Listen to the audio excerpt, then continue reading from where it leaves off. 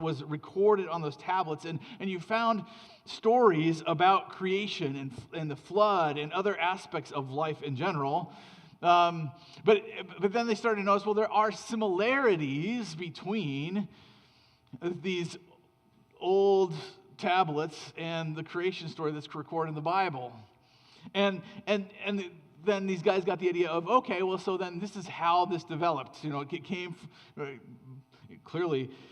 The Bible records that Abraham came from Babylon, and so these Babylonian guys came over, and then they, and so let me just tell you the story of the Babylonian version of creation, if you will. Just a quick summary here. Marduk was a god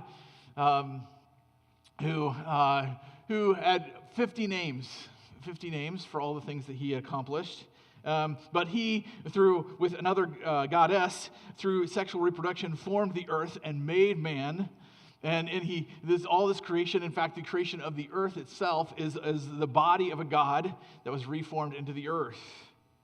And this was done so that the gods could rest. So basically, they could stop fighting and arguing and working so hard, and in fact, let us do their work for them, in a sense.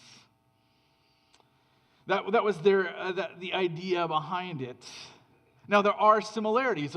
The similarities involve, the original earth was water, okay? Or covered in water. The idea that there are lights in the sky that govern the seasons.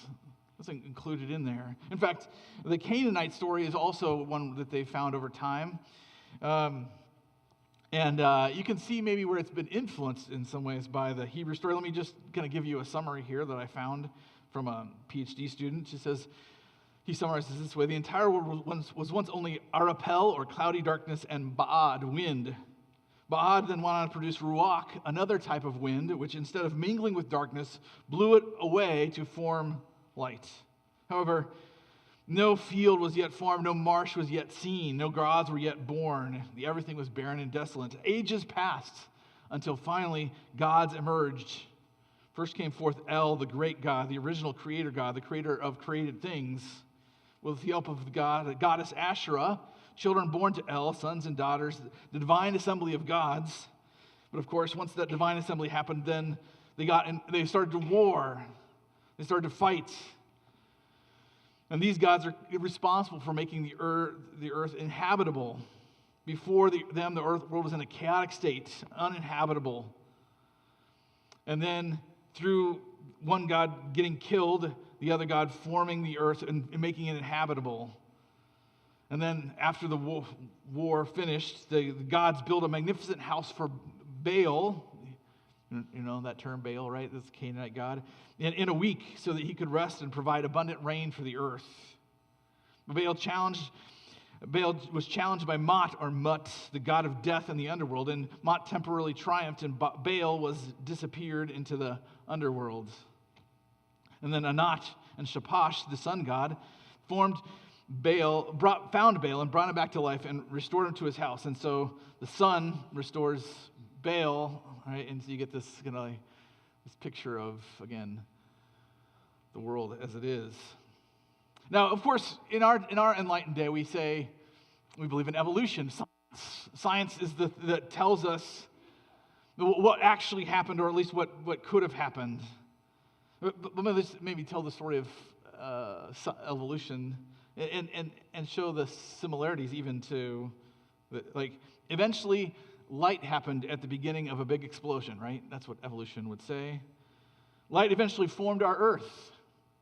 It was a primordial sea of watery chaos.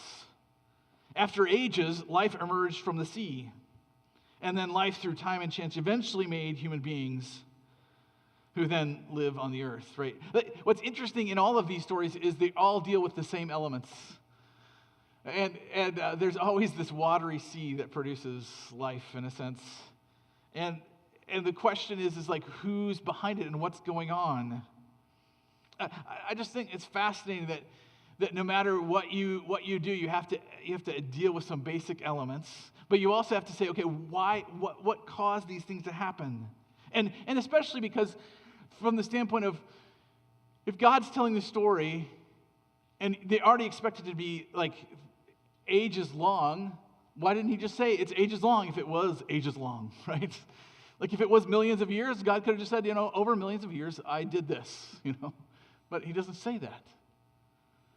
I was talking to a guy on campus here. There's a couple of us that go. Pat especially goes on Mondays and Thursdays on the Iowa State campus just to talk to students about the Bible, about God, just to find out what they believe, encourage them to get interested in the Bible. And I've gone a couple times with him, and I was talking to him, to a student on Thursday morning, and he's like, my big problem here is just that why would God let us, have to decide to believe in him and to trust in him over 80 years? You know what I mean? Like, it seems unjust that we only have this short period of time to figure out if he exists and if we want to believe in him and trust in him. And I was like, well, how much time would you want to have? Like, do you want 1,000 years? Do you want 1,000,000 years? Like, how much time do you want to have? And he's like, well, frankly, I just want to have it so that whenever I decide to come back to God or to believe in him, then I'm good with that. And then he should be good with that. And I'm like, well, doesn't that make you God instead of him?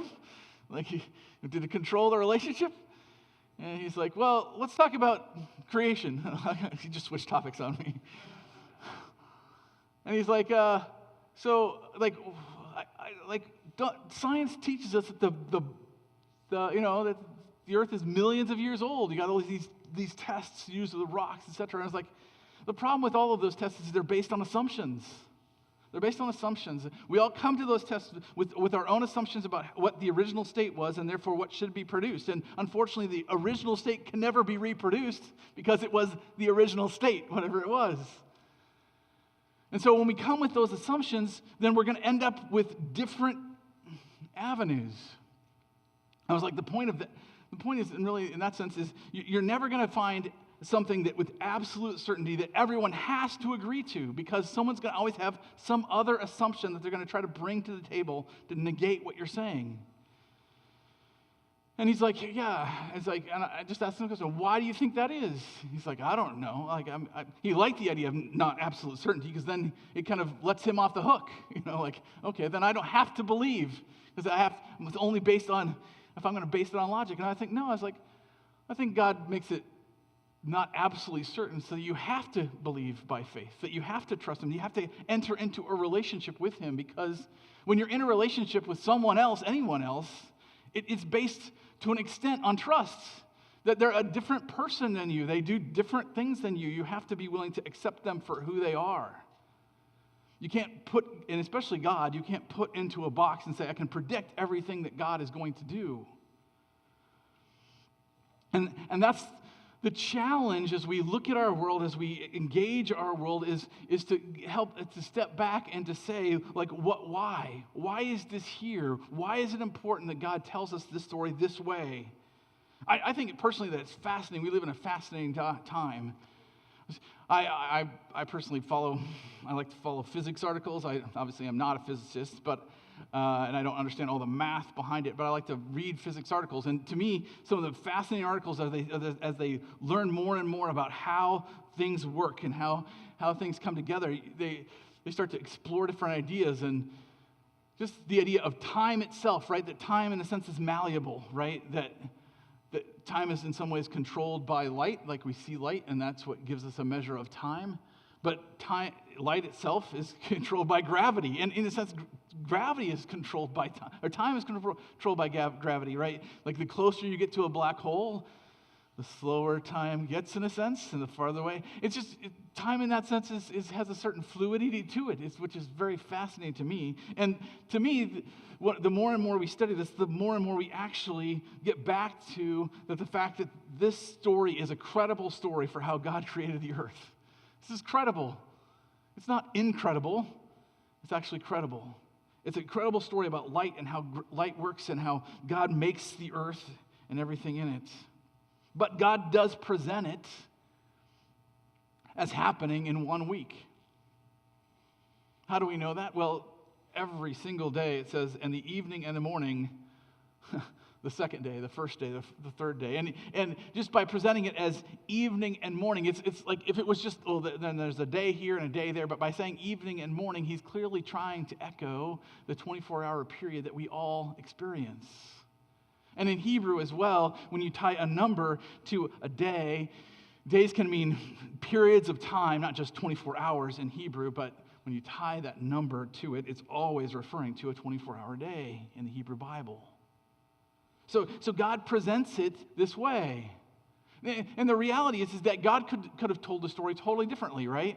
He could have said, you know what, I created everything in an instant. You know what I mean? And here it all was, and it just started happening. Because I want you to see my power as an instantaneous power, which he could have done. He's got instantaneous power. He's unlimited in power. But he didn't do that. You know, what's interesting is that this was one of the dominant views of how the universe came to be. It's like a steady state, like it's just always existed.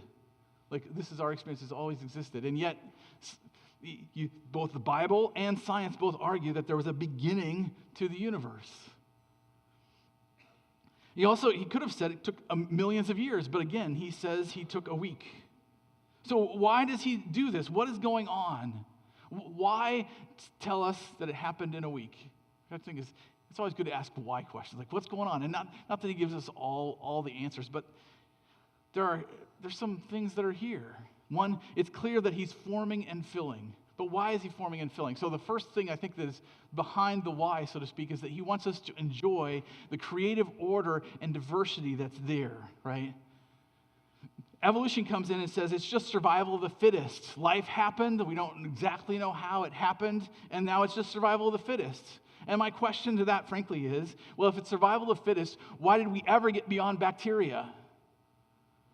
Bacteria is the most survival-oriented organism in the world that we know of. It survives everywhere. It adapts to everything, and it doesn't need anything else but itself. Like, why go beyond one-celled organisms? Really? Like, why us? Why anything else but just one-celled organisms? Because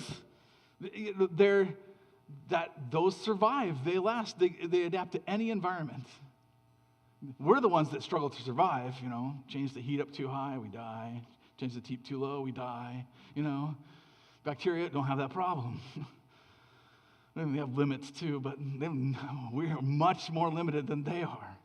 So why, again, in our world today, we've studied life and we've studied this, right? And we've discovered DNA, that core to the cell that helps the cell reproduce and to flourish and to stay under control, but to grow and to multiply. And the more we study DNA, the more we realize that this is not just it's not just chemical interactions, like that DNA is not just there to provide a chemical structure and chemical reactions within the cell, but actually that DNA is information. It actually tells the cell what to do. It's in other words, it's a program, or as Stephen Myers put it, it's almost a word. It's this long word that says, this is what is. This cell is, and this is what it does. It's amazing to think about, because in our experience of the world and life in general, whenever you run into words, that is things that mean something, that has information that means something for something else, there's always an intelligence behind it. There's a mind behind it. This just doesn't happen by chance. You don't get information to come together and to have it happen just by chance. There's lots of jokes on this in the world even today, right? The classic one is from the guys set up these monkeys. There's this guy interviewing this other guy. And he's like, I've set up all these monkeys to type randomly and see if anyone comes up with something. And he pulls one thing out of the typewriter and says, it was the best of times, it was the blurst of times. Oh, stupid monkey, throws it away, right? right? Because they're like, oh, you got it so close, but it's not actually anything. And that's the reality of DNA and everything else. You can't just say, oh, it's so close, but if you don't get it right, it's nothing. It doesn't work. There's so much detail and information that's intricate that we're still learning about over and over and over again. So if it's not survival of the fittest, well, maybe it's just the drudgery of endless repetition, like just life is here to just survive, to go day after day after day in endless repetition. And yet, as you read Genesis 1, you get this idea that he fills the earth. What does he fill the earth with? Well, one of the things he fills the earth with is beetles. There's over 400,000 beetles in the world, and we're still discovering more and more species. There's an equivalent number of other insects out there in the world. Like there's so much creative diversity just in one little area of life. I mean, that's not even to talk about plants or to talk about the insects or to talk about birds. Like there's an abundance of life. There's an abundance of creativity in life. We look into the ocean and we see life and we see creativity, from octopi to squids to fish to sharks. All of this life that's out there. Even just take the eye, your eye, right? It's an amazing thing. It senses light. It processes light.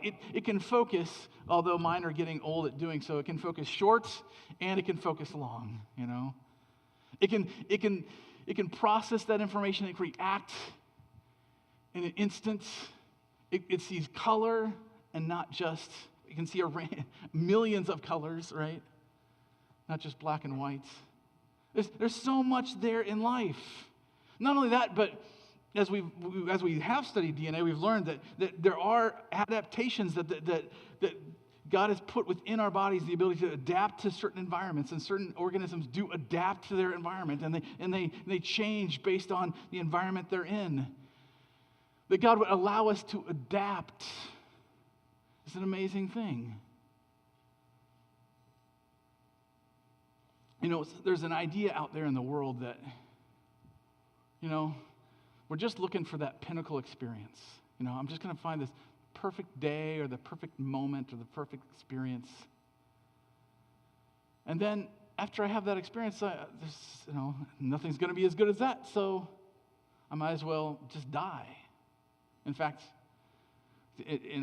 my kids go to Gilbert. They've talked to other kids, and they know what some of the kids who've committed suicide have said, right? Basically, like, as soon as I have the best day of my life, I'm just going to kill myself, right? It's kind of the idea that's out there. I'm not saying it's a good idea. It's not. And yet, why not? If it's survival of the fittest, if it's just life is an endless, just get the best you can out of life, and then you're just going to die. But God put so much creativity into this world. Why? Because there's so much to experience. Like, there's almost an infinite amount of things you can understand and learn and enjoy. Why? Because life is worth living. It's not just about one experience and finding that pinnacle experience and then, I've reached the end of my existence but God is the God of, he's existed forever. And he's like, you know what? There's so many things you can do. Just look at the beetle. I can mess around with the beetle all day long. And then, here's 400,000 and growing, right? Why? Because he's like, there's life. And he wants us to enjoy life and to understand it and not to be afraid of it. Sometimes I think our world is just afraid to live. It's out there saying, you know what? Maybe I'll get it wrong. Maybe I'm not gonna find what I'm looking for. Maybe it's just not worth it. And God, by creating such infinite creativity and diversity in life, is asking us, and in fact, almost begging us to explore it, to marvel, to live in it, to enjoy this creative world that he's made. And we say, well, how do we live? How do we do that? Well, God even bakes that into creation. And he says you need to engage a rest and a work rhythm. And now this isn't in Genesis 1, but But Moses knows he's writing this whole story. It's not just Genesis 1 and 2, and that tells us creation, but Moses knows that he's telling us this story that goes all the way through from Genesis to Deuteronomy. So in Exodus, he tells us one of the reasons why God puts this week thing into place. And he says, for in 6 days, Exodus 20 verse 11 says, for in 6 days the Lord made heaven and earth, the sea and all that is in them, and rested on the seventh day. Therefore, the Lord blessed the Sabbath day and made it holy. And what he's telling the Israelites here is that there's 6 days to work, but then there's a day of rest. And this is the rhythm you should have to life. Kind of a 7-day rhythm. And most cultures actually today have a 7-day week. That's just, it was back even in the Babylonian culture. Like this 7-day week is how we operate. The communists in Russia in the 1940s and 50s, they decided that they wanted to try to move away from this 7-day awkward thing that was like, why 7 days? It's awkward numerically. So they said, we're going to make a 5-day week. And we're going to make it efficient so that you have a day off here, but then other people have days off there. But we're going to keep the manufacturing plants working 24, not 7, 5, 24 hours, 5 days a week, all year long. Because there's 365 days in the year, so let's just go with 5 days. That gives us, And so that they said, this is what we're going to do. And they instituted it. For about maybe a decade, they tried it. And what do they find? Well, first of all, you can't keep any manufacturing plant working every day of the year all day long, right? Just doesn't work. It breaks down. Talk to anybody who works in a manufacturing plant, they'll tell you, like, it doesn't work this way. You got to give even machines a chance to rest and recuperate, right? And the other thing what happened was people like, hey, I don't see my family. Like, I'm working this day, these 3 days. My wife's working these 3 days. Like, and like, we don't see each other. We don't see our family. We don't see friends. We don't have any relationships. And people just started to hate it. Why? Because God knows what we need, and he puts this rhythm into place that says, yes, work, but rest. And let everyone rest. Let everyone enjoy the world that I've given. And it's interesting here because, again, the Babylonians and the Canaanites, they would have viewed us as being the slaves of the gods. Like the gods made us because we're just their slaves. Or because they're bored. Like there's no purpose. But in fact, God, he puts us on the earth and he says, I want you to enjoy it, to work it and enjoy it, to enjoy the work of doing something, but then enjoy the work of enjoying what you've done. And this means that life is not just a power struggle. We're always like, who's going to be on top? Or even I'm here to pass on my genes. That's the only thing I'm here to do. No, life is to do good and to enjoy that good. And my question to you in this is like, do you actually do this? We live in a culture that easily can get you into like productivity is the only thing that matters. You got to work. You got to make money. You got to provide for a family. You got to do. Even when you stop working, you're working on other projects. Let me just ask you the question, like, how was your yesterday? Right? I mean, yesterday it rained, right? Most of the day. It was kind of windy and cold. I mean, I was planning on raking leaves, and that did not happen. Right? So too wet to rake leaves.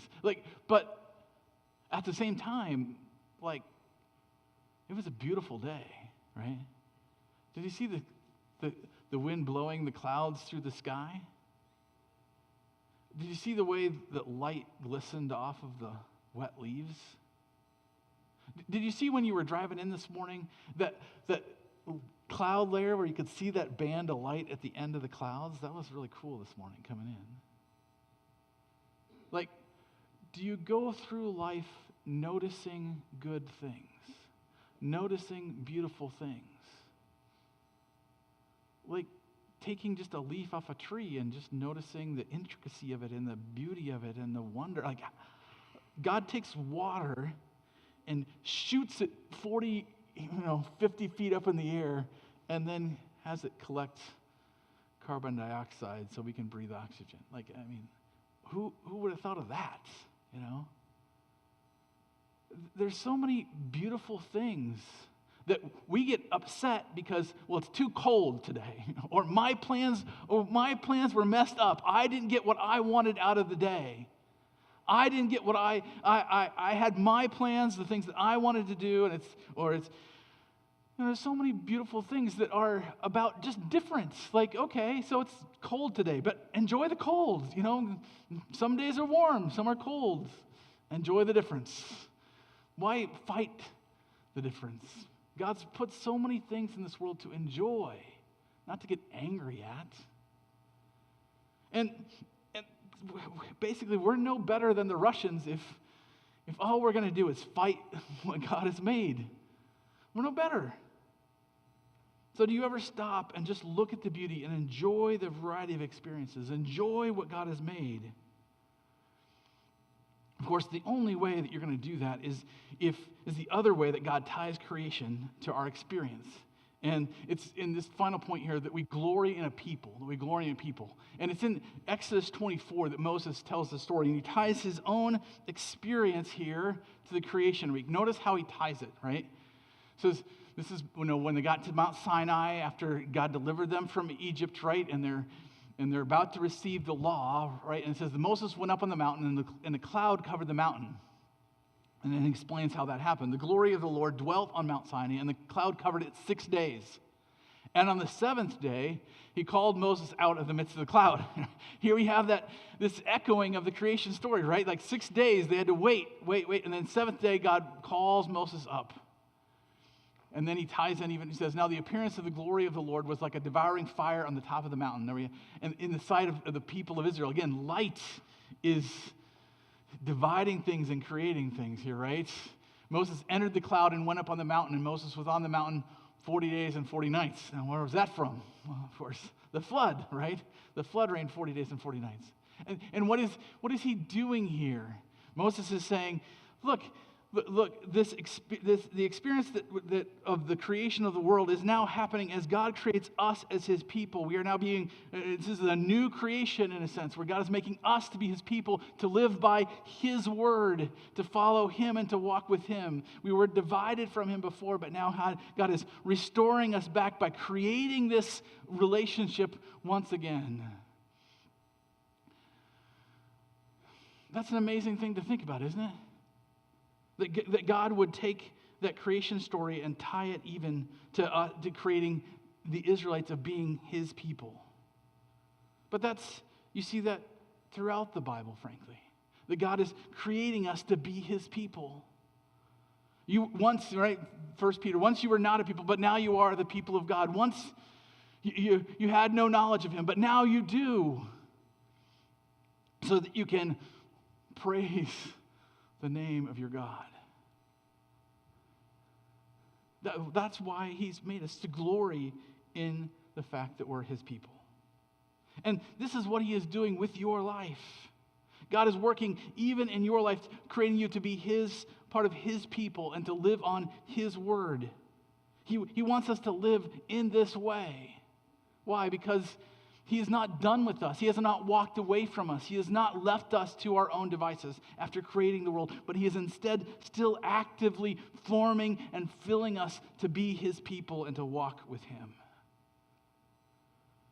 My kids like a series. Maybe some of you know it, maybe some of you don't. It's called, the author's name is Brandon Sanderson, and the series is called The Stormlight Archive, and it's a fantasy. He's a very wordy author, let's just put it that way. And his books have many pages. And Brandon Sanderson is from a Mormon background, at least. And in some ways, when he writes, he tries to get some of his characters at least to become gods themselves, which is a very Mormon thing to do, if you know what Mormons are all about. And it's interesting, though, because you read the story and the characters have no idea why they're there. Like they don't know their history. It's kind of all convoluted, and they don't know why they're there, and they don't know what to do, and they don't even know how to respond to what's happening to them a lot of times because they don't understand where they've come from and why they're here. I think our culture's not very different from that. In his stories, the authors or the characters struggle with mental illness, and they struggle with depression. They struggle with so many different things that we, of course, struggle with in our lives today. But it's one of the reasons why is because they don't know where they've come from, and they don't know why they're here. And Genesis 1 is written so that we can know where we've come from and why we're here. And one of the things we need to do with our lives and with our words is to tell people and walk with people through what are we doing and why are we here? Where have we come from? You know, we struggle so much. It's like, well, I struggle with this or that. And, well, it's just what my grandparents messed up. No, it wasn't your grandparents. It was your great-great-great-great-great-great-great-grandparent, Adam. He messed up. Let's talk about that. You know, what does that mean?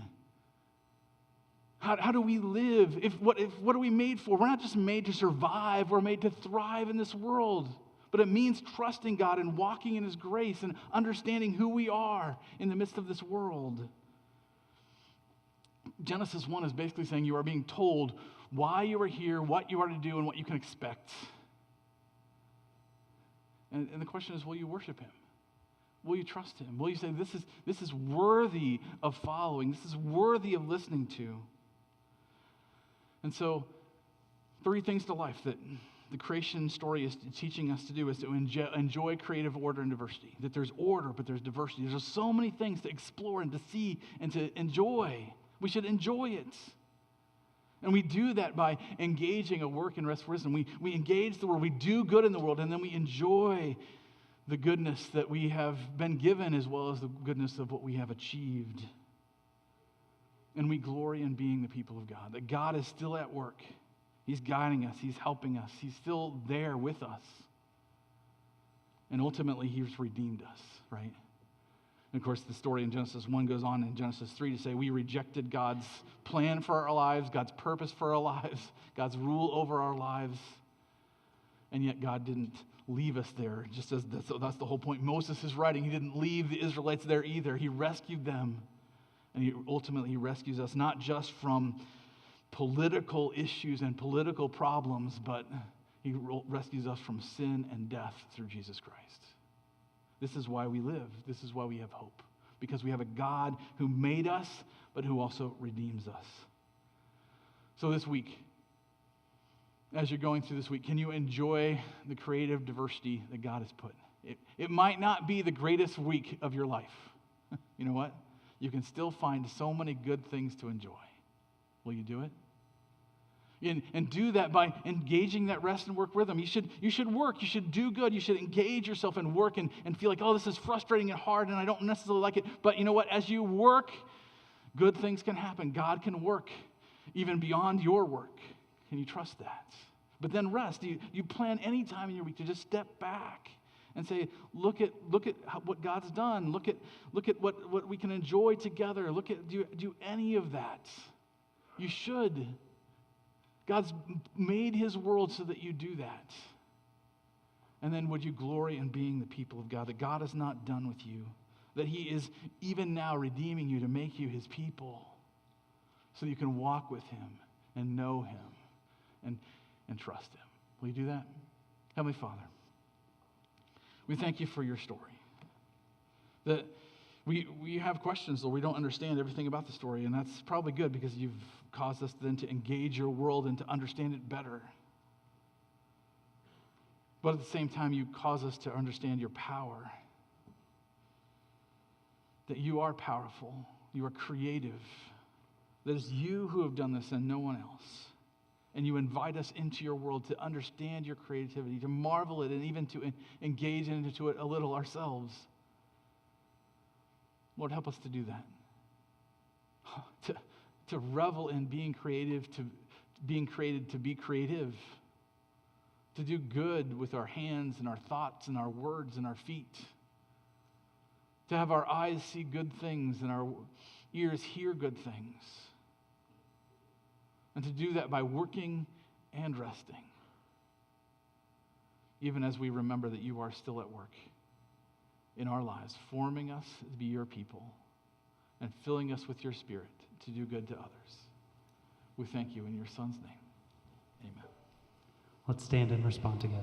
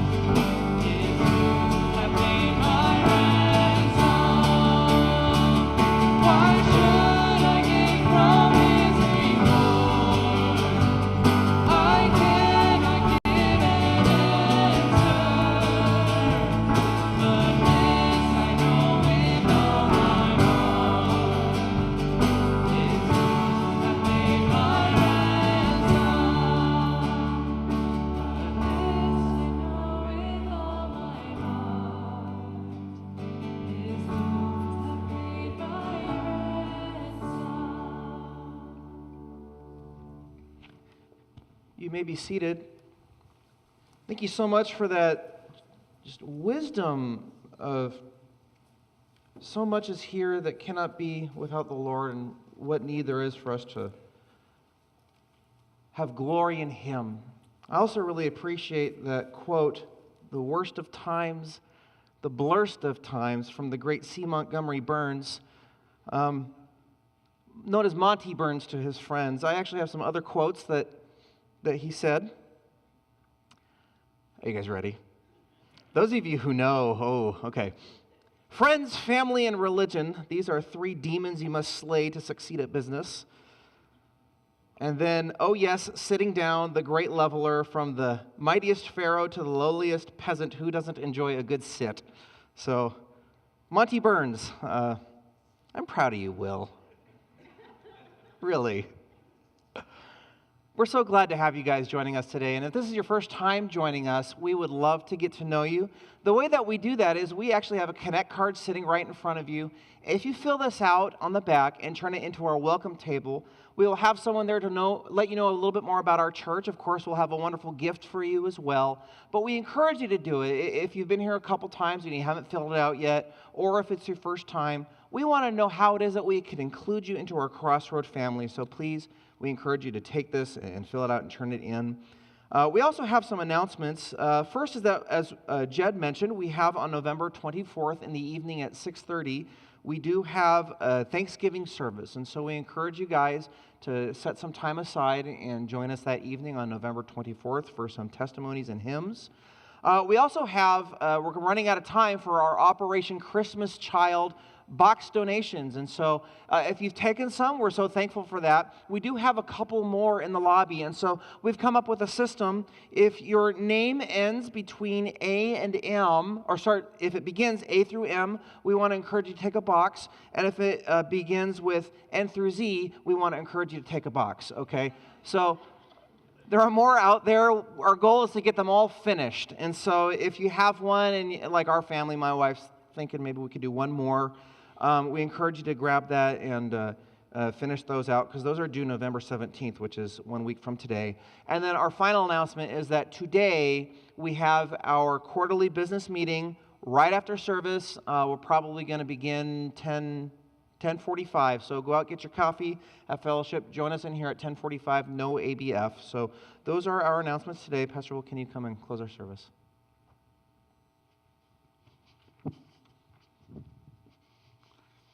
Thank you for finding those quotes, Jeff. I really appreciate it.